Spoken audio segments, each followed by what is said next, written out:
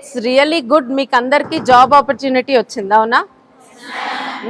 ఎంత చదువుకున్నా కూడా మన వర్క్ ఎథిక్ అనేది most important. Hard work beats intelligence, consistency beats intelligence. నేను లాస్ట్ టైం కూడా చెప్పాను, చాలా తక్కువ సార్లు వస్తుంది సెకండ్ ఛాన్స్ అనేది. సో చక్కగా మీకు వచ్చింది. ఫ్యూచర్, మన భారతదేశం ఫ్యూచర్ మీరంతా.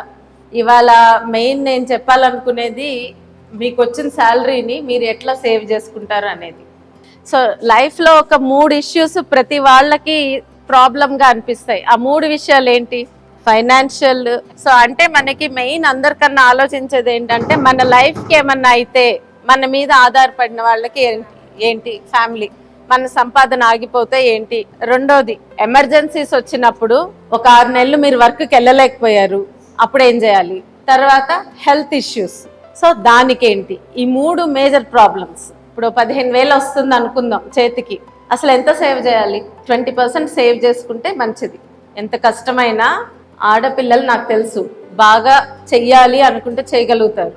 మీకు ఇండియన్ పోస్ట్ పేమెంట్ బ్యాంక్ ఎంతమందికి ఐడియా ఉంది? ఐపీపీబీ. సో వాళ్ళ దానిలో ఒక సేవింగ్స్ అకౌంట్ ఉంది, ఆరోగ్య సేవింగ్స్ అకౌంట్.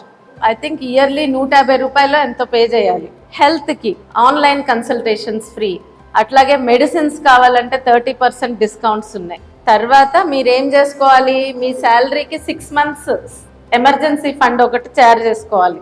సో సుమారుగా 15,000 వస్తుంటే మీరు 90,000 6 నెలల జీతాన్ని ఎమర్జెన్సీ ఫండ్ అని ఉంచుకోవాలి. Life insurance, okay.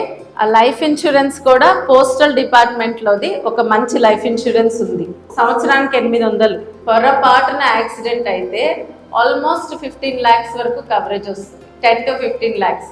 ఇప్పుడు హెల్త్ ఇన్సూరెన్స్. హెల్త్ ఇన్సూరెన్స్ మీకు ఎవరికన్నా ఆరోగ్యశ్రీ కార్డ్స్ ఉన్నాయా? ఓకే. సో అదైతే మీరు దాంతో సేఫ్గానే ఉంటారు. మరి నెక్స్ట్ వచ్చేది మీ రిటైర్మెంట్. సో దానికి ప్రావిడెంట్ ఫండ్ అంటే ఒకటి ఉంటుంది. ఇవన్నీ గవర్నమెంట్వి, నేను మీకు గవర్నమెంట్యే చెప్తున్నాను. ఆ 20% అన్నాం కదా, ఆ 3,000లో ఇవన్నీ చేయాలన్నమాట. అప్పుడప్పుడు గవర్నమెంట్ ఏంటంటే మహిళల కోసం ప్రత్యేకమైన కొన్ని స్కీమ్స్ తీసుకొస్తుంది. అవేమన్నా వస్తున్నాయేమో అని చెక్ చేసుకుంటా ఉండండి. సో ప్రావిడెంట్ ఫండ్ అనేది ఇంపార్టెంట్. ఇంకా వీలైనంత వరకు ప్రతిసారి జాబ్లో కూడా చదువుకోండి. అర్థమైందా? మీరు వెనక్కి తిరిగి చూసేటప్పుడు మీకు ఓవరాల్గా చాలా ఎక్కువ నాలెడ్జ్ ఉంటుంది. నాలెడ్జ్ ఉన్నప్పుడు మీకు మార్కెట్లో మీకు డిమాండ్ ఉంటుంది. ఇప్పుడు చెప్పిన అందరికి అర్థమైనయా? సో అది all the very best. It's really good. మీకు అందరికీ జాబ్ ఆపర్చునిటీ వచ్చింది, అవునా? ఎంత చదువుకున్నా కూడా మన వర్క్ ఎథిక్ అనేది most important. Hard work beats intelligence, consistency beats intelligence. నేను లాస్ట్ టైం కూడా చెప్పాను, చాలా తక్కువ సార్లు వస్తుంది సెకండ్ ఛాన్స్ అనేది. సో చక్కగా మీకు వచ్చింది. ఫ్యూచర్, మన భారతదేశం ఫ్యూచర్ మీరంతా. ఇవాళ మెయిన్ నేను చెప్పాలనుకునేది, మీకు వచ్చిన శాలరీని మీరు ఎట్లా సేవ్ చేసుకుంటారు అనేది. సో లైఫ్లో ఒక 3 ఇష్యూస్ ప్రతి వాళ్ళకి ప్రాబ్లంగా అనిపిస్తాయి. ఆ 3 విషయాలు ఏంటి? ఫైనాన్షియల్. సో అంటే మనకి మెయిన్ అందరికన్నా ఆలోచించేది ఏంటంటే, మన లైఫ్కి ఏమన్నా అయితే మన మీద ఆధారపడిన వాళ్ళకి ఏంటి? ఫ్యామిలీ. మన సంపాదన ఆగిపోతే ఏంటి? రెండోది, ఎమర్జెన్సీస్ వచ్చినప్పుడు ఒక 6 నెలలు మీరు వర్క్కి వెళ్ళలేకపోయారు, అప్పుడు ఏం చేయాలి? తర్వాత హెల్త్ ఇష్యూస్.